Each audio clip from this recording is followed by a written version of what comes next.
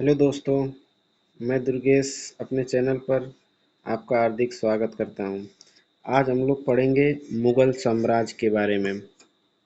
मुग़ल साम्राज्य के बारे में तो बाबर इसका संस्थापक माना जाता है। मुग़ल साम्राज्य की स्थापना बाबर ने किया था।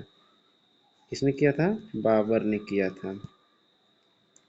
बाबर का पूरा नाम था जहीरुद्दीन मोहम्मद बाबर था। इसका पूरा नाम जहीरुद्दीन मोहम्मद बाबर था। बाबर ने कुल 4 युद्ध लड़े थे। इसमें पहला युद्ध पानीपत का 21 अप्रैल 1526 को बाबर ने इब्राहिम लोदी को हराया था। किसको हराया था? इब्राहिम लोदी को हराया था। इब्राहिम लोदी एक ऐसा सुल्तान था जो युद्ध स्थल में ही मारा गया था। वेरी इंपॉर्टेंट, इब्राहिम लोदी युद्ध स्थल में ही मारा गया था। 27 अप्रैल 1526 को बाबर ने अपने आप को बादशाह घोषित किया। जब यह इब्राहिम लोदी को हरा दिया पानीपत के युद्ध में, तो उसके बाद अपने आप को बादशाह घोषित कर भारत में मुगल साम्राज्य की नींव डाल दी। मुगल साम्राज्य की नींव डाली। अब भारत में सर्वप्रथम पानीपत की लड़ाई में ही तोपों का प्रयोग हुआ था। किसका प्रयोग हुआ था?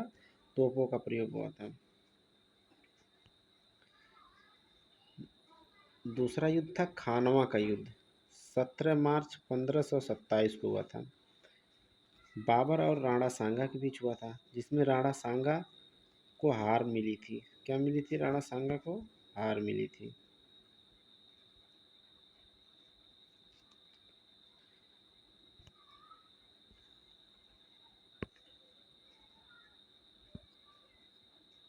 खानवा के युद्ध में बाबर द्वारा जिहाद का नारा दिया गया था। कौन सा नारा दिया गया था? जिहाद का नारा दिया गया था।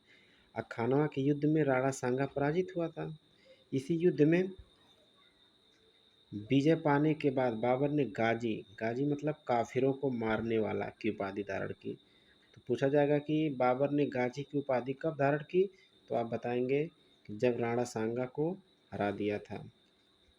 तीसरा युद्ध घाघरा का युद्ध 5 मई 1529 को बाबर और महमूद लोदी के मध्य हुआ था। इसमें विजय हुआ था कौन? बाबर विजयी हुआ था, महमूद लोदी हार गया था। उसके बाद चंदेरी का युद्ध होता है।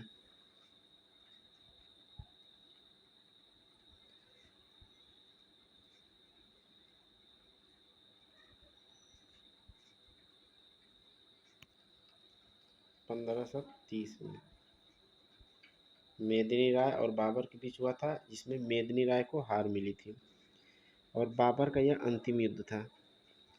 बाबर ने अपनी आत्मकथा तुजुक ए बाबरी या बाबरनामा में 2 हिंदू राज्यों का उल्लेख किया था, एक विजयनगर, दूसरा मेवाड़। अकबर ने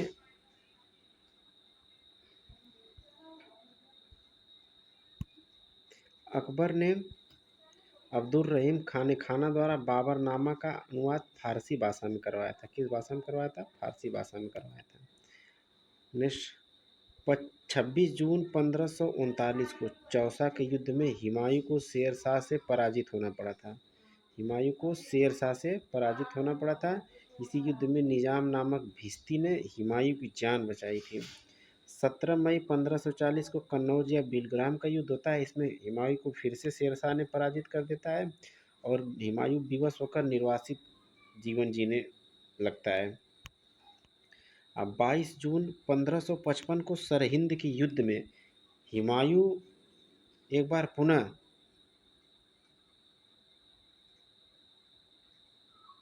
शेरशाह को हराया और अपना खोया हुआ राज्य वापस ले लिया।